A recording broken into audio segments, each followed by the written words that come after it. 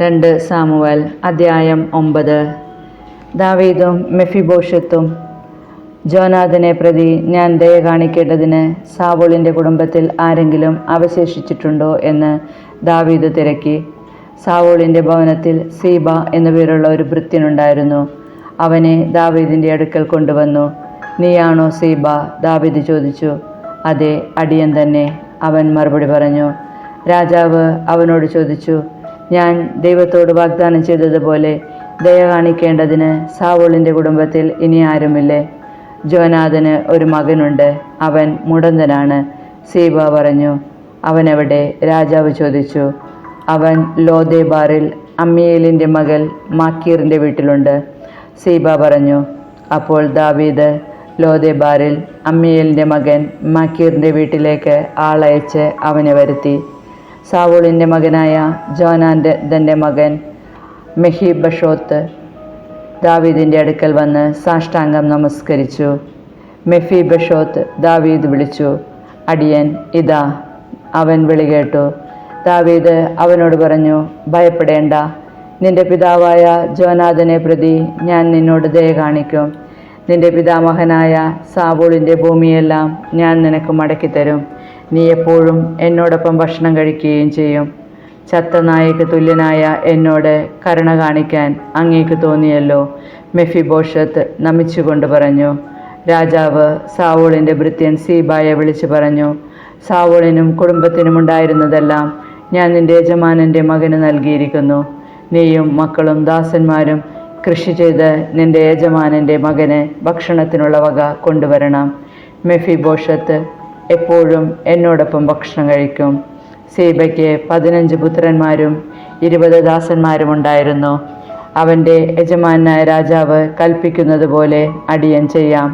സീബ പറഞ്ഞു. അങ്ങനെ രാജാവിൻ്റെ പുത്രന്മാരിൽ ഒരുവനെ പോലെ മെഫിബോശത്ത് ദാവീദിൻ്റെ മേശയിൽ ഭക്ഷിച്ചു പോന്നു.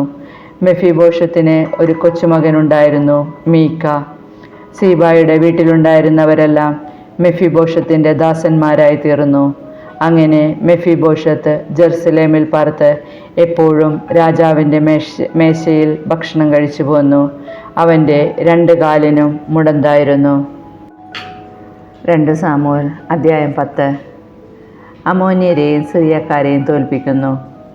അമ്മോന്യരുടെ രാജാവ് മരിച്ചു. അവൻ്റെ മകൻ ഹാനൂൻ രാജാവായി. അപ്പോൾ ദാവീദ് പറഞ്ഞു, നഹാഷ് എന്നോട് കാണിച്ചതുപോലെ അവൻ്റെ മകൻ ഹാനൂനോട് ഞാനും ദയ കാണിക്കും. പിതാവിൻ്റെ മരണത്തിൽ അനുശോചനമറിയിക്കാൻ ദാവീദ് ഒരു സംഘം ദൂതന്മാരെ ഹാനൂൻ്റെ അടുത്തേക്ക് അയച്ചു. അവർ അമ്മോന്യരുടെ ദേശത്തെത്തി. എന്നാൽ അമ്മോന്യ പ്രഭുക്കന്മാർ രാജാവായ ഹാനൂനോട് പറഞ്ഞു, നിന്നെ ആശ്വസിപ്പിക്കാൻ ദാവീദ് ദൂതന്മാരെ അയച്ചത് നിന്റെ പിതാവിനോടുള്ള ബഹുമാനം കൊണ്ടാണെന്ന് നീ വിശ്വസിക്കുന്നുവോ? അവർ ഒറ്റുകാരാണ്. നഗരം നശിപ്പിക്കാനുള്ള മാർഗം അറിയാനാണ് അവൻ അവരെ അയച്ചിരിക്കുന്നത്. ഹാനൂൻ ദാവീദിൻ്റെ ഭൃത്യന്മാരെ പിടിച്ച് അവരുടെ താടി പകുതി വീതം ക്ഷൗരം ചെയ്യിപ്പിച്ചും വസ്ത്രം നടുവിൽ നിതംബം വരെ കീറിയും വിട്ടയച്ചു. ദാവീദ് അത് കേട്ട് അത്യന്തം അപമാനിതരായ അവരോട് ആളയച്ചു പറഞ്ഞു, താടി വളരും വരെ ജെറീക്കോയിൽ താമസിക്കുവേൻ, പിന്നെ മടങ്ങിപ്പോകുവേൻ. ദാവീദിൻ്റെ ശത്രുത സമ്പാദിച്ചുവെന്ന് ഗ്രഹിച്ചപ്പോൾ അമ്മോന്യർ ബത്ത് ഹോബിലെയും സോബായിലെയും സിറിയക്കാരിൽ നിന്ന് 20,000 കാലാൾപ്പടയെയും 1000 പേരോടുകൂടെ മാക്ക രാജാവിനെയും തോബിൽ നിന്ന് 12,000 പേരെയും കൂലിക്കെടുത്തു. അത് കേട്ട് ദാവീദ് യോവാബിനെ സകല വീരപടയാളികളുമായി അയച്ചു. അമ്മോന്യർ നഗരവാതിക്കൽ അണിനിരന്നു. സോബായിലെയും റഹോബിലെയും സിറിയക്കാരും തോബിലെയും മാഖായിലെയും പടയാളികളും വെളിമ്പ്രദേശത്ത് നിലയുറപ്പിച്ചു. ശത്രു സൈന്യം മുൻപിലും പിൻപിലും നിലയുറപ്പിച്ചിരിക്കുന്നെന്ന് കണ്ടപ്പോൾ യോവാബ് ഇസ്രായേലിൻ്റെ അതിധീരരായ ഒരു കൂട്ടം പടയാളികളെ തിരഞ്ഞെടുത്ത് സിറിയക്കാർക്കെതിരെ അണിനിരത്തി. ശേഷിച്ച സൈന്യത്തെ തൻ്റെ സഹോദരൻ അബിഷായിയുടെ ചുമതലയിൽ ഏൽപ്പിച്ചു. അബിഷായി അവരെ അമ്മോന്യർക്കെതിരെ അണിനിരത്തി. യോവാബ് അബിഷായിയോട് പറഞ്ഞു, സിറിയക്കാർ എന്നെ തോൽപ്പിക്കുമെന്ന് കണ്ടാൽ നീ വന്ന് എന്നെ സഹായിക്കുക. അമ്മോന്യർ നിന്നെ തോൽപ്പിക്കുമെന്ന് കണ്ടാൽ ഞാൻ വന്ന് നിന്നെ സഹായിക്കാം. ധൈര്യമായിരിക്കുക. നമ്മുടെ ജനത്തിനു വേണ്ടിയും നമ്മുടെ ദൈവത്തിൻ്റെ നഗരങ്ങൾക്ക് വേണ്ടിയും നമുക്ക് ധീരമായി പോരാടാം. ദൈവ ഇഷ്ടം പോലെ ഭവിക്കട്ടെ. അങ്ങനെ യോവാബും കൂടെയുള്ള സൈന്യവും സിറിയക്കാരോട് യുദ്ധം ചെയ്യാനെടുത്തു. അവർ പലായനം ചെയ്തു. സിറിയക്കാർ തോറ്റോടുന്നത് കണ്ടപ്പോൾ അമ്മോന്യരും അബിഷായിയുടെ മുൻപിൽ നിന്നോടി നഗരത്തിൽ കടന്നു. യോവാബ് അമ്മോന്യരോടുള്ള യുദ്ധം അവസാനിപ്പിച്ച് ജെറുസലേമിലേക്ക് മടങ്ങിപ്പോന്നു. ഇസ്രായേൽ തങ്ങളെ തോൽപ്പിച്ചെന്ന് കണ്ടപ്പോൾ സിറിയക്കാർ ഒരുമിച്ച് കൂട്ടി. ഹദദേസർ ആളയച്ച് യൂഫ്രട്ടീസ് നദിക്കപ്പുറത്തുള്ള സിറിയക്കാരെ വരുത്തി. ഹദദേസറിൻ്റെ സൈന്യാധിപനായ ഷോബക്കിൻ്റെ നേതൃത്വത്തിൽ അവർ ഹേലാമിലേക്ക് വന്നു. ദാവീദ് അതറിഞ്ഞ് ഇസ്രായേലിനെ മുഴുവൻ ഒരുമിച്ച് കൂട്ടി ജോർദാൻ കടന്ന് ഹേലാമിലെത്തി. സിറിയക്കാർ ദാവീദിനെതിരെ അണിനിരന്ന് യുദ്ധം ചെയ്തു. സിറിയക്കാർ ഇസ്രായേലിൻ്റെ മുൻപിൽ തോറ്റോടി. 700 തേരാളികളെയും 40,000 കുതിരപ്പടയാളികളെയും ദാവീദ് കൊന്നു. അവരുടെ സർവ്വസൈന്യാധിപനായ ഷോബക്ക് മുറിവേറ്റ് അവിടെ വെച്ച് മരിച്ചു. ഇസ്രായേൽ തങ്ങളെ തോൽപ്പിച്ചുവെന്ന് കണ്ടപ്പോൾ ഹദദേസറിൻ്റെ സാമന്തന്മാർ ഇസ്രായേലുമായി ഉടമ്പടി ചെയ്തു ആശ്രിതരായി. അതിനുശേഷം അമ്മോന്യരെ സഹായിക്കാൻ സിറിയക്കാർക്ക് ഭയമായി. 2 സാമുവേൽ അധ്യായം 11. ദാവീദും ബത്ഷെബയും. അടുത്ത വസന്തത്തിൽ രാജാക്കന്മാർ യുദ്ധത്തിന് പോകാറുള്ള സമയത്ത് ദാവീദ് യോവാബിനെയും തൻ്റെ സേവകന്മാരെയും ഇസ്രായേൽ സൈന്യം മുഴുവനെയും അയച്ചു. അവർ അമ്മോന്യരെ തകർത്ത് റബ്ബ നഗരം വളഞ്ഞു. ദാവീദ് ജെറുസലേമിൽ താമസിച്ചു. ഒരു ദിവസം സായാഹ്നത്തിൽ ദാവീദ് കിടക്കയിൽ നിന്ന് എഴുന്നേറ്റ് കൊട്ടാരത്തിൻ്റെ മട്ടുപ്പാവിൽ ഉലാത്തുമ്പോൾ ഒരു സ്ത്രീ കുളിക്കുന്നത് കണ്ടു. അവൾ അതീവ സുന്ദരിയായിരുന്നു. ദാവീദ് ആളയച്ച് അവൾ ആരെന്ന് അന്വേഷിച്ചു. എലിയാമിൻ്റെ മകളും ഹിത്യനായ ഊറിയായുടെ ഭാര്യയുമായ ബത്ഷെബയാണ് അവളെന്നറിഞ്ഞു. അവളെ കൂട്ടിക്കൊണ്ടുവരാൻ ദാവീദ് ആളയച്ചു. അവൾ വന്നപ്പോൾ അവൻ അവളെ പ്രാപിച്ചു. അവൾ ഋതുസ്നാനം കഴിഞ്ഞിരുന്നതേയുള്ളൂ. അവൾ വീട്ടിലേക്ക് മടങ്ങിപ്പോയി. അവൾ ഗർഭം ധരിച്ചു. അവൾ ആളയച്ച് ദാവീദിനെ വിവരമറിയിച്ചു. അപ്പോൾ ദാവീദ് യോവാബിന് ഒരു സന്ദേശം കൊടുത്തയച്ചു. ഹിത്യനായ ഊറിയായെ എൻ്റെ അടുക്കലേക്ക് അയക്കുക. യോവാബ് യൂറിയായെ അങ്ങോട്ടേക്ക് അയച്ചു. ഊറിയ വന്നപ്പോൾ ദാവീദ് യോവാബിൻ്റെയും പടയാളികളുടെയും ക്ഷേമവും യുദ്ധവർത്തമാനവും അന്വേഷിച്ചു. പിന്നെ ദാവീദ് ഊറിയായോട് പറഞ്ഞു, നീ വീട്ടിൽ പോയി അല്പം വിശ്രമിക്കുക. ഊറിയ കൊട്ടാരത്തിൽ നിന്ന് പോയി. രാജാവ് അവനൊരു സമ്മാനവും കൊടുത്തയച്ചു. എന്നാൽ ഊറിയ വീട്ടിൽ പോയില്ല. കൊട്ടാരം കാവൽക്കാരോടൊപ്പം പടിപ്പുരയിൽ കിടന്നുറങ്ങി. ഊറിയ വീട്ടിൽ പോയില്ലെന്ന് ദാവീദ് അറിഞ്ഞു. നീ യാത്ര കഴിഞ്ഞു വരികയല്ലേ, വീട്ടിലേക്ക് പോകാത്തതെന്ത്? ദാവീദ് ഊറിയായോട് ചോദിച്ചു. ഇസ്രായേലും യൂദയായും യുദ്ധരംഗത്താണ്. പേടകവും അവരോടൊപ്പമുണ്ട്. എൻ്റെ യജമാനായ യോവാബും അങ്ങയുടെ സേവകരും വെളിം പ്രദേശത്ത് താവളമടിച്ചിരിക്കുന്നു. അങ്ങനെയിരിക്കെ വീട്ടിൽ ചെന്ന് തിന്നുകുടിച്ച് ഭാര്യയുമായി രമിക്കാൻ എനിക്കെങ്ങനെ കഴിയും? അങ്ങാണെ എനിക്കത് സാധ്യമല്ല, ഊറിയ പറഞ്ഞു. അപ്പോൾ ദാവീദ് ഊറിയായോട് പറഞ്ഞു, അങ്ങനെയെങ്കിൽ ഇന്നും നീ ഇവിടെ താമസിക്കുക. നാളെ നിന്നെ മടക്കിയേക്കാം.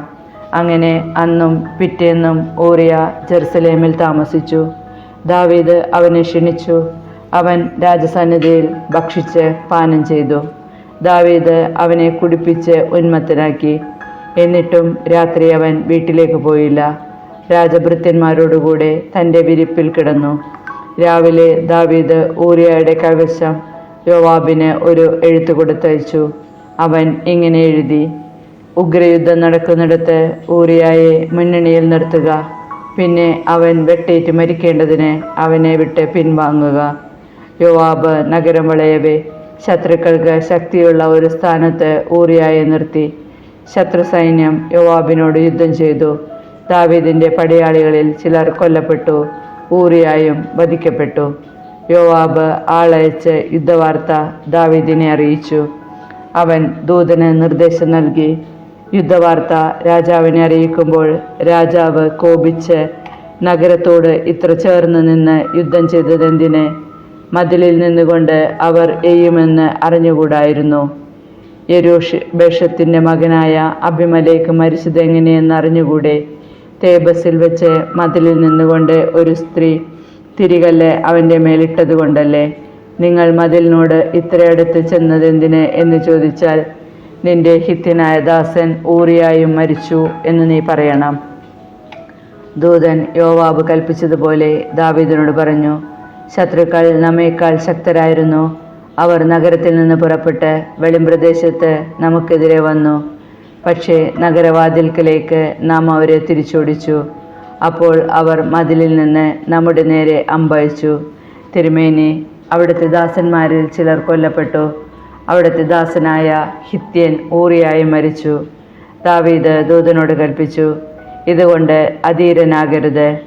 ആരൊക്കെ യുദ്ധത്തിൽ മരിക്കുമെന്ന് മുൻകൂട്ടി പറയാൻ ആർക്കുമാവില്ല. ആക്രമണം ശക്തിപ്പെടുത്തി നഗരത്തെ തകർത്ത് കളയുക എന്ന് പറഞ്ഞ് യോവാബിനെ നീ ധൈര്യപ്പെടുത്തുക. ഭർത്താവ് മരിച്ചെന്ന് കേട്ടപ്പോൾ ഊറിയായുടെ ഭാര്യ അവനെ ചൊല്ലി വിലപിച്ചു. വിലാപകാലം കഴിഞ്ഞപ്പോൾ ദാവീദ് അവളെ കൊട്ടാരത്തിൽ വരുത്തി. അവൾ അവന് ഭാര്യയായി. അവൾ ഒരു പുത്രനെ പ്രസവിച്ചു. പക്ഷേ ദാവീദിൻ്റെ പ്രവൃത്തി കർത്താവിന് അനിഷ്ടമായി. 2 സാമുവേലിൻ്റെ പുസ്തകത്തിൽ നിന്ന് അധ്യായം 12. നാഥാൻ ദാവീദിനെ കുറ്റപ്പെടുത്തുന്നു. കർത്താവ് നാഥാൻ പ്രവാചകനെ ദാവീദിൻ്റെ അടുക്കലേക്ക് അയച്ചു. അവൻ രാജാവിനോട് പറഞ്ഞു, ഒരു നഗരത്തിൽ 2 ആളുകളുണ്ടായിരുന്നു. ഒരുവൻ ധനവാനും അപരൻ ദരിദ്രനും. ധനവാന് വളരെയധികം ആടുമാടുകളുണ്ടായിരുന്നു. ദരിദ്രനോ താൻ വിലയ്ക്ക് വാങ്ങിയ ഒരു പെണ്ണാട്ടിൻകുട്ടിയല്ലാതെ മറ്റൊന്നും ഉണ്ടായിരുന്നില്ല. അവൻ അതിനെ വളർത്തി. അത് അവൻ്റെ കുട്ടികളോടൊപ്പം വളർന്നു. അവൻ്റെ ഭക്ഷണത്തിൽ നിന്ന് അത് തിന്നു. അവൻ്റെ പാനീയത്തിൽ നിന്ന് അത് കുടിച്ചു. അത് അവൻ്റെ മടിയിൽ ഉറങ്ങി. അത് അവന് മകളെപ്പോലെയായിരുന്നു. അങ്ങനെയിരിക്കെ ധനവാന്റെ ഭവനത്തിൽ ഒരു യാത്രക്കാരൻ വന്നു. അവന് വേണ്ടി സ്വന്തം ആടുകളിലൊന്നിനെ കൊന്ന് ഭക്ഷണമൊരുക്കാൻ ധനവാന് മനസ്സിലായിരുന്നു. അവൻ ദരിദ്രൻ്റെ ആട്ടിൻകുട്ടിയെ പിടിച്ച് തൻ്റെ അതിഥിക്ക് ഭക്ഷണമൊരുക്കി. ഇത് കേട്ടപ്പോൾ ക്രുദ്ധനായി ദാവീദ് പറഞ്ഞു, കർത്താവാണേ, ഇത് ചെയ്തവൻ മരിക്കണം. അവൻ നിർദ്ദയം ഇത് ചെയ്തതുകൊണ്ട് 4 മടങ്ങ് മടക്കി കൊടുക്കണം. നാഥാൻ പറഞ്ഞു, ആ മനുഷ്യൻ നീ തന്നെ. ഇസ്രായേലിൻ്റെ ദൈവമായ കർത്താവ് അരുളിച്ചെയ്യുന്നു, ഞാൻ നിന്നെ ഇസ്രായേലിൻ്റെ രാജാവായി അഭിഷേകം ചെയ്തു. സാവോളിൽ നിന്ന് നിന്നെ രക്ഷിച്ചു. നിന്റെ യജമാനൻ്റെ ഭവനം നിനക്ക് നൽകി. അവൻ്റെ ഭാര്യമാരെയും നിനക്ക് തന്നു. നിന്നെ ഇസ്രായേലിൻ്റെയും യൂദായുടെയും രാജാവാക്കി. ഇതുകൊണ്ട് തൃപ്തിയായില്ലെങ്കിൽ ഇനിയും അധികം നൽകുമായിരുന്നു. പിന്നെ എന്തുകൊണ്ട് നീ എന്നെ അനുസരിക്കാതെ എൻ്റെ മുൻപാകെ ഈ തിന്മ ചെയ്തു? അമ്മോന്യരുടെ വാളുകൊണ്ട് ഹിത്യനായ ഊറിയായെ നീ കൊല്ലിപ്പിച്ചു. അവൻ്റെ ഭാര്യയെ നീ അപഹരിച്ചു. എന്നെ നിരസിച്ച് ഹിത്യനായ ഊറിയായുടെ ഭാര്യയെ നീ സ്വന്തമാക്കിയത് കൊണ്ട് നിന്റെ ഭവനത്തിൽ നിന്ന് വാൾ ഒഴിയുകയില്ല. കർത്താവ് അരുളിച്ചെയ്യുന്നു, നിന്റെ സ്വന്തം ഭവനത്തിൽ നിന്ന് തന്നെ നിനക്ക് ഞാൻ ഉപദ്രവമുണ്ടാക്കും. നിന്റെ കൺമുൻപിൽ വെച്ച് ഞാൻ നിന്റെ ഭാര്യമാരെ അന്യന് കൊടുക്കും. പട്ടാപ്പകൽ അവൻ അവരോടൊത്ത് ശയിക്കും. നീ ഇത് രഹസ്യമായി ചെയ്തു. ഞാനിത് ഇസ്രായേലിൻ്റെ മുഴുവൻ മുൻപിൽ വെച്ച് പട്ടാപ്പകൽ ചെയ്യിക്കും. ദാവീദ് അനുതപിക്കുന്നു. ഞാൻ കർത്താവിനെതിരായി പാപം ചെയ്തു പോയി. ദാവീദ് പറഞ്ഞു. നാഥാൻ പറഞ്ഞു, കർത്താവ് നിന്റെ പാപം ക്ഷമിച്ചിരിക്കുന്നു, നീ മരിക്കുകയില്ല. എങ്കിലും ഈ പ്രവൃത്തി കൊണ്ട് നീ കർത്താവിനെ അവഹേളിച്ചതിനാൽ നിന്റെ കുഞ്ഞ് മരിച്ചുപോകും. നാഥാൻ വീട്ടിലേക്ക് മടങ്ങി. ഊറിയായുടെ ഭാര്യ പ്രസവിച്ച ദാവീദിൻ്റെ കുഞ്ഞിനെ കർത്താവിൻ്റെ പ്രഹരമേറ്റു. അതിന് രോഗം പിടിപെട്ടു. കുഞ്ഞിനു വേണ്ടി ദാവീദ് ദൈവത്തോട് പ്രാർത്ഥിച്ചു. അവൻ ഉപവസിച്ചു. രാത്രി മുഴുവൻ മുറിയിൽ നിലത്ത് കിടന്നു. കൊട്ടാരത്തിലെ ശ്രേഷ്ഠന്മാർ അവനെ നിലത്ത് നിന്ന് എഴുന്നേൽപ്പിക്കാൻ ശ്രമിച്ചു. അവൻ അത് കൂട്ടാക്കിയില്ല. അവരോടൊത്ത് ഭക്ഷണം കഴിച്ചുമില്ല. 7-ാം ദിവസം കുഞ്ഞ് മരിച്ചു. ദാവീദിനോട് വിവരം പറയാൻ സേവകന്മാർ ഭയപ്പെട്ടു. അവർ തമ്മിൽ പറഞ്ഞു, കുഞ്ഞ് ജീവിച്ചിരിക്കുമ്പോൾ പോലും നാം പറഞ്ഞത് അവൻ ശ്രദ്ധിച്ചില്ല. കുഞ്ഞ് മരിച്ചെന്ന് നാം എങ്ങനെ അറിയിക്കും? അവൻ വല്ല സാഹസവും കാണിക്കും. സേവകന്മാർ അടക്കം പറയുന്നത് കണ്ടപ്പോൾ കുഞ്ഞ് മരിച്ചെന്ന് ദാവീദ് മനസ്സിലാക്കി. കുഞ്ഞ് മരിച്ചുവോ? അവൻ തിരക്കി. ഉവ്വ്, കുട്ടി മരിച്ചു, അവർ പറഞ്ഞു. അപ്പോൾ ദാവീദ് തറയിൽ നിന്ന് എഴുന്നേറ്റ് കുളിച്ച് തൈലം പൂശി വസ്ത്രം മാറി ദേവാലയത്തിൽ ചെന്ന് ആരാധിച്ചു. കൊട്ടാരത്തിൽ തിരിച്ചെത്തി ഭക്ഷണം ചോദിച്ചു. അവർ വിളമ്പി. അവൻ ഭക്ഷിച്ചു. ദാവീദിന്റെ ദാസന്മാർ ചോദിച്ചു, ഈ ചെയ്തതെന്ത്? കുഞ്ഞ് ജീവിച്ചിരിക്കുമ്പോൾ അങ്ങ് ഉപവസിച്ച് കരഞ്ഞു, കുട്ടി മരിച്ചപ്പോഴാകട്ടെ അങ്ങ് എഴുന്നേറ്റ് ഭക്ഷിച്ചിരിക്കുന്നു. കുഞ്ഞ് ജീവിച്ചിരിക്കുമ്പോൾ ഞാൻ ഉപവസിച്ച് കരഞ്ഞു, ശരി തന്നെ. കർത്താവ് കൃപ തോന്നി കുഞ്ഞിൻ്റെ ജീവൻ രക്ഷിച്ചെങ്കിലോ എന്ന് ഞാൻ കരുതി. എന്നാൽ ഇപ്പോൾ അവൻ മരിച്ചിരിക്കുന്നു. ഇനി ഞാൻ ഉപവസിക്കുന്നത് എന്തിന്? കുഞ്ഞിനെ എനിക്ക് വീണ്ടും ജീവിപ്പിക്കാനാവുമോ?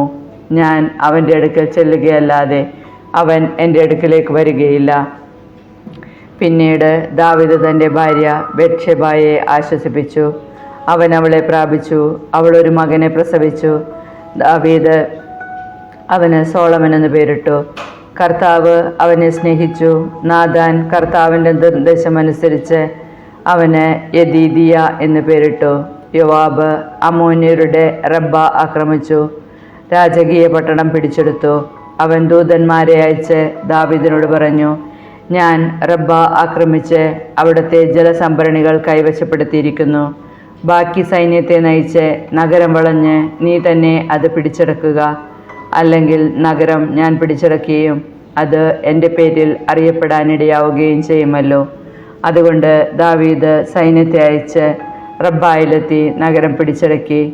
അവൻ അവരുടെ രാജാവിൻ്റെ കിരീടം തലയിൽ നിന്നെടുത്ത്, ഒരു താലന്ത് സ്വർണം കൊണ്ടുള്ളതായിരുന്നു അത്, ഒരു രത്നവും അതിൽ പതിച്ചിരുന്നു. ദാവീദ് ആ കിരീടമണിഞ്ഞു. അവൻ പട്ടണത്തിൽ നിന്ന് ധാരാളം കൊള്ളവസ്തുക്കളും കൊണ്ടുവന്നു. നഗരവാസികളെയും അവൻ കൊണ്ടുവന്നു. അർക്കവാൾ, മൺവെട്ടി, കോടാലി എന്നിവ കൊണ്ട് പണിയെടുപ്പിച്ചു. ഇഷ്ടിക ചൂളയിലും അവരെ ജോലിയാക്കി. മറ്റ് അമ്മോന്യ നഗരങ്ങളോടും ദാവീദ് ഇങ്ങനെ ചെയ്തു. അതിനുശേഷം ദാവീദും ആളുകളും ജെറുസലേമിലേക്ക് മടങ്ങിപ്പോന്നു.